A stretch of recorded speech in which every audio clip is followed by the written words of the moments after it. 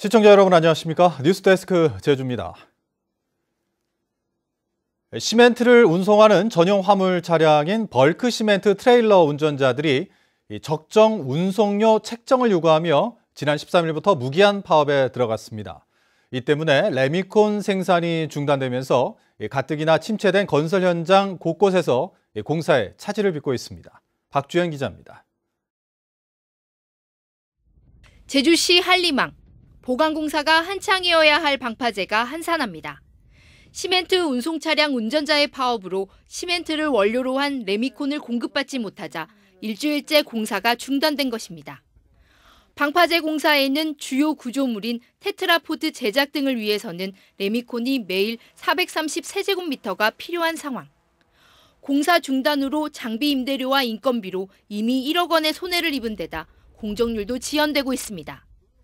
이게 제작을 해서 한 달간 양생해서 나가가지고 완료돼야 되는데 겨울에는 공사를 못 해가지고 그러면 봄에 작업을 해야 됩니다. 이게 그렇게 되면 이제 시공사도 이제 지체보상금 문제도 생기고. 건설공사 현장도 비상이 걸렸습니다. 제주도 개발공사가 추진 중인 행복주택 건설은 물론 민간업체의 대형주택 공사 현장 등 레미콘이 필요한 공사장은 차질을 빚고 있습니다. 지금 각 건설 현장에 광급공사, 민간공사, 공사 차질이 좀 불가피한 실정이고요. 이게 장기화되는 부분에 대해서 굉장히 저희 업계도 굉장히 염려를 많이 하고 있습니다. 하지만 파업 사태 열흘이 지나도록 시멘트 운송 차량의 안전 운임을 결정하는 국토부는 별다른 대책을 내놓지 않고 있고 시멘트 업체는 운임료 52% 인상을 주장하는 운전자들의 요구를 받아들일 수 없다고 맞서고 있습니다. 제주도는 안전 운임은 국토부의 정책 결정 사항이라며 파업 사태 해결을 위한 중재에 손을 놓고 있습니다. 그러니까 안전운임제가 저희들이 뭘 할 수 있는 게 아무것도 없지 않습니까? 국토부에서 구시를 하는 건데 이걸 인지한 지가 지금 며칠 되지도 않았는데. 주택 공사는 물론 도로공사 등 광급공사가 잇따라 발주된 상태인데다 파업이 길어질 경우 건설 경기가 더욱 침체될 것으로 예상돼 제주도의 대책 마련이 시급한 상황입니다. MBC 뉴스 박주연입니다. 제주도의회가 주최하는 제2공항 갈등 해소를 위한 쟁점 토론회가 7, 8월에 열립니다. 제2공항 갈등 해소 특위는 제8차 회의를 열어 활동 기간을 12월까지 연장하기로 하고 7, 8월에는 제2공항 쟁점에 대한 토론회를 연속해서 열기로 했습니다. 도의회 제2공항 특위는 쟁점 토론회 이후 10월까지 도민 의견을 수렴해 활동 종료 전까지 최종 결과 보고서를 채택할 예정입니다.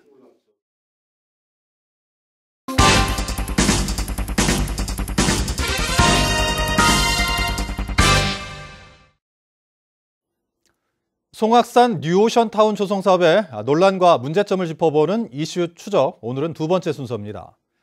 해당 사업은 회의록을 작성하지 않은 환경영향평가 심의를 받기 전에 경관 심의도 4차례나 받았는데요.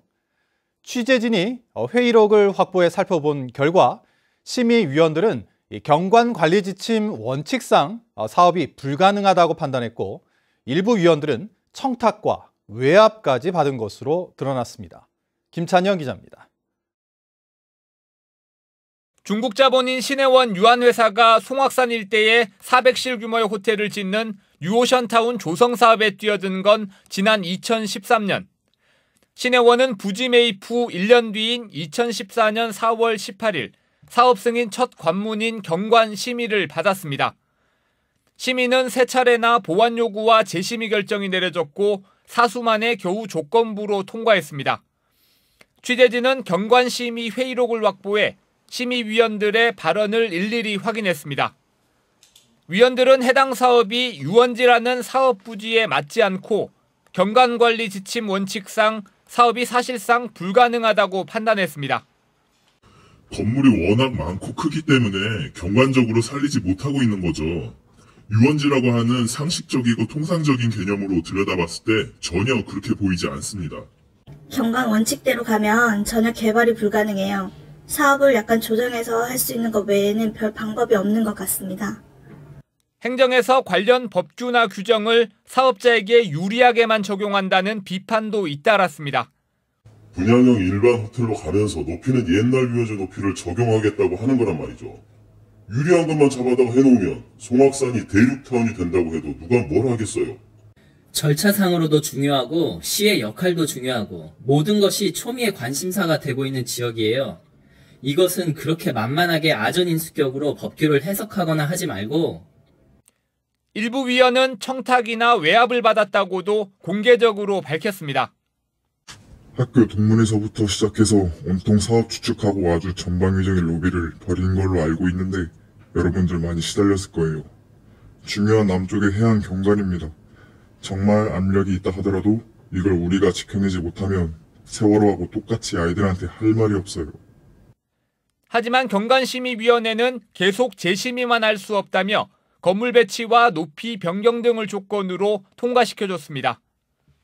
다른 심의도 이제 계속 있을 텐데 무한정 갈 수 없잖아요. 그런 과정에서 심의 여러 번 하고 하면서 어쨌거나 뭐 그때 조건 통과는 되긴 했습니다만은 그게 최선은 아니었죠.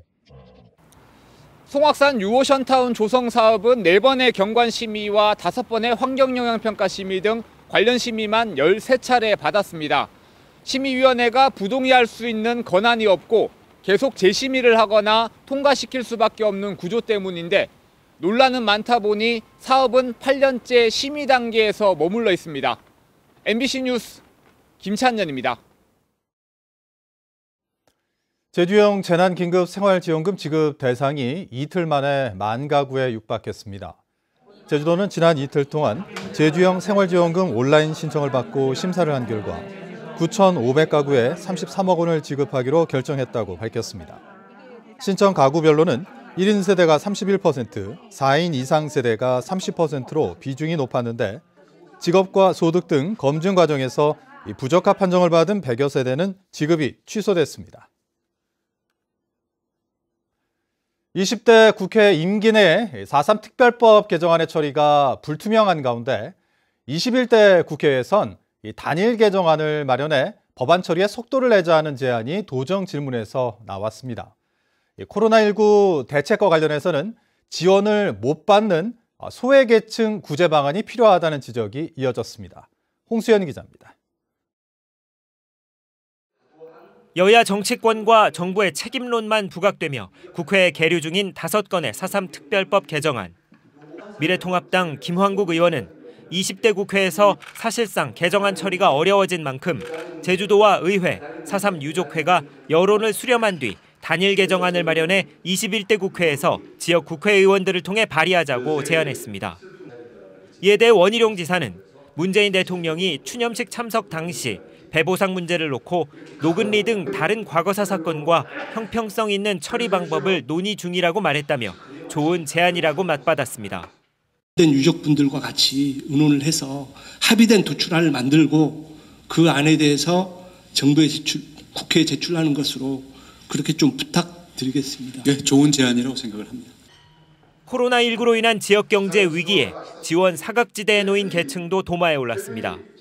더불어민주당 박호영 의원은 소규모 여행사 직원이나 관광 안내사 등은 각종 지원 신청 조건에 부합하지 못해 애를 먹고 있다고 지적했고 원 지사는 바닥부터 챙기겠다며 증빙 서류를 챙기지 못하더라도 우선 신청해 줄 것을 당부했습니다. 실제 고용 실태를 통해 고용 여건 개선과 안정화 방안을 마련해야 한다고 보이는데 이에 대한 지사님의 보관을 말씀해 주시기 바랍니다. 고생은 고생대로 하고 어려워지면 가장 먼저 탈락하면서 피해를 보는 분들에게 우리가 안전망을 갖출 수 있는 이런 부분들을 저희들이 이번 기회에 동시에 강구를 하겠고요. 당장 급한 부분들에 대해서는 웬만하면 신청을 하시라고 하고 싶습니다.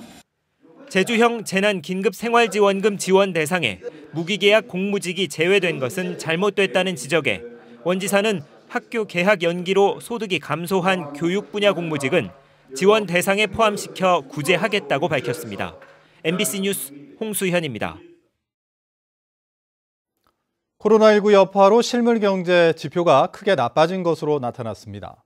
한국은행 제주본부에 따르면 3월 제주 지역 취업자 수는 37만 명으로 지난해 같은 기간보다 5천 명이 줄었습니다. 농림업 분야에서 일자리가 늘었지만 서비스업에서만 15,000명이 일자리를 잃어 지난 2013년 집계 이후 최대 감소폭을 기록했습니다. 또 3월 관광객은 48만 명으로 지난해보다 58% 줄었고 소비자 심리지수는 70.2로 전달보다 22.1포인트 하락했습니다. 전 남편을 살해한 혐의로 1심에서 무기징역을 선고받은 고유정의 항소심 재판이 시작됐습니다. 1심에서는 무죄가 선고됐던 의붓 아들 살해 혐의가 가장 큰 쟁점이 될 것으로 보입니다. 조인호 기자입니다. 무기징역형을 선고받은 지 2달 만에 법정에 다시 등장한 고유정. 검찰은 의붓 아들 살해 혐의의 무죄를 선고한 1심 판결은 왜곡과 억측이라며 강하게 비판했습니다. 의붓 아들의 사망 원인이 기계적 압착에 의한 질식사라는 부검 결과가 고의로 살해됐다는 결정적 증거인데 재판부가 이 같은 핵심 쟁점을 회피했다는 것입니다. 또래보다 작고 감기약 부작용 때문에 아버지에게 눌려 질식사했을 수 있다는 재판부의 판단도 나이가 4살인데 6살로 잘못한 데다 세계적으로도 사례가 없다고 지적했습니다. 일반인들이 보더라도 모순되는 점이 있고 너무 추론에 가까운 무죄를 끼워 맞추기 위한 판결이 아닌가. 검찰은 2명 이상 살해해야 사형을 선고하는 법원의 양형 기준도 받아들일 수 없다고 밝혔습니다. 사건의 죄질에 비해서 무기징역이 오히려 너무나 과소한 판결이기 때문에 사형 판결이 선고되기를 원하고 있습니다. 고유정 측 변호인은 의붓 아들 살해 혐의를 부인했고 전 남편에게 수면제를 먹인 증거도 없다며 계획적 범행을 부인하는 의견서를 제출했습니다. 재판부는 다음 달 20일에 2번째 공판을 열어 추가로 신청된 증인들을 신문하기로 했습니다. 의붓 아들 살해 혐의에 대한 치열한 법정 공방이 예상됩니다. MBC 뉴스 조인호입니다. 제주도 남부를 제외한 육상에 강풍주의보가 내려진 가운데 한라산 윗세오름에 초속 19.6m, 제주시에도 초속 14m의 강풍이 관측됐습니다. 기상청은 내일 오전까지 초속 10에서 16m의 강풍이 불겠고 북서쪽에서 찬 공기가 유입되면서 모레까지 평년보다 4, 5도가량 낮은 쌀쌀한 날씨를 보이겠다고 예보했습니다. 남부 앞바다를 제외한 해상에도 풍랑주의보가 내려져 내일까지 물결이 높게 일겠습니다. 제주도청 공무원들은 코로나19 영향으로 단체 헌혈이 줄어 혈액 수급이 어렵게 되자 오늘 청사 앞마당에서 단체 헌혈에 나섰습니다. 제주의 혈액 보유량은 지난 2월 20% 감소했지만 지난달부터 관공서를 중심으로 단체 헌혈이 늘면서 평년 수준을 회복하고 있습니다. 제주 녹색당은 논평을 내고 다음 달 재개 예정인 비자림로 확장 공사를 백지화하라고 주장했습니다. 제주 녹색당은 비자림로 확포장 공사는 반대 여론과 멸종위기 생물의 현장 발견으로 2차례 공사가 중단되며 환경 영향평가가 엉터리였음이 밝혀졌다며 공사 재개 중단을 요구했습니다. 이들은 또 원희룡 지사는 코로나19가 인류에게 주는 교훈을 직시하고 계획 중인 모든 개발 사업을 중단해야 한다고 강조했습니다.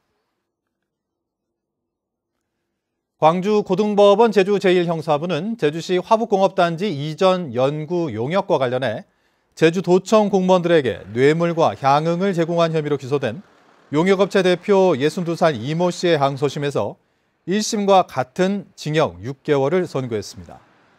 법원은 함께 기소됐다 보석으로 풀려난 조경업자 62살 전모 씨도 1심과 같은 징역 6개월을 선고하고 법정 구속했습니다.